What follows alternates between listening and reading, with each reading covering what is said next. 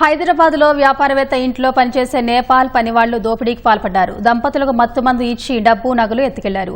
ఇక మరిన్ని వివరాలు మా ప్రతినిధి శివరామకృష్ణ ప్రత్యక్ష ప్రసారం ద్వారా అందిస్తారు.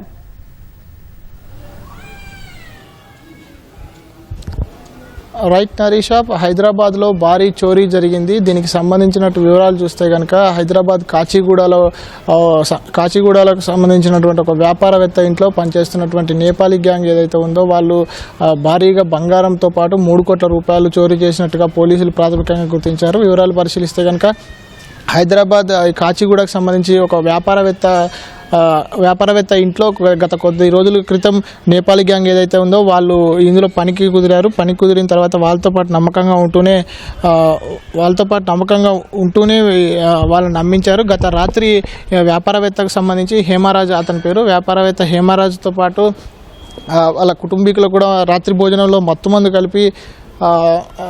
కలిపారు. దాంతో వాళ్ళు ఆహారం తిన్న తర్వాత అపస్మారక స్థితిలోకి వెళ్ళిపోయారు. వెంటనే ఈ నేపాలీ గ్యాంగ్ ఎవరైతే ఉన్నారో వాళ్ళు దాదాపుగా ఇంట్లో ఉన్నటువంటి 2 కిలోల బంగారు ఆభరణాలతో పాటు అట్లాగే 3 కోట్ల రూపాయలని కూడా అపహరించుకొని వెళ్ళినట్లుగా తెలుస్తుంది. అయితే ఈ విషయం ఎలా బయటకు వచ్చిందనే విషయాన్ని చూస్తే కనుక ఈ హేమరాజ్ రోజు ఉదయాన్నే వాకింగ్కి వెళ్ళే అలవాటు ఉంది. అయితే ఈ హేమరాజ్ మిత్రుడు ఎవరైతే ఉన్నారో హేమరాజ్ వాకింగ్కి రాకపోవడంతో హేమరాజ్ మిత్రుడు ఎవరైతే ఉన్నారో ఆయన అసలు ఏం జరిగింది, ఎందుకు రాలేదని చెప్పి ఈ భవనం వద్దకు వచ్చి చూసినప్పుడు కనుక వాళ్ళు హేమరాజ్తో పాటు కుటుంబ సభ్యులందరూ అపస్మారక స్థితిలో ఉండడంతో ఆయన గుర్తించి వెంటనే అటు పోలీసులకు సమాచారం అందించారు. అట్లా హేమరాజ్ని ఆసుపత్రికి కూడా తరలించారు. ప్రస్తుతం వాళ్ళు హైదర్గూడలోని ఓ ఆసుపత్రిలో చికిత్స పొందుతున్నారు. అయితే ఈ నేపాలీ గ్యాంగ్ ప్రాథమికంగా అయితే పోలీసులు గుర్తించారు. వీళ్ళు ఎక్కడున్నారో, ఈ చోరీ చేసింది వాళ్ళేనని గుర్తించారు. వీళ్ళు ఎక్కడున్నారు, వీళ్ళకి సంబంధించిన డీటెయిల్స్ ఏంటి అని చెప్పి కూడా ప్రత్యేక బృందాలను ఏర్పాటు చేసి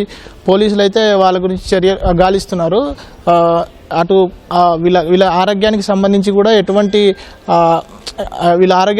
కూడా ఎప్పటికప్పుడు అటు వైద్యులు కూడా వీళ్ళ ఆరోగ్య పరిస్థితిని సమీక్షిస్తున్నారు. ఇది ఇక్కడ ఉన్నటువంటి తాజా పరిస్థితి. Over to you.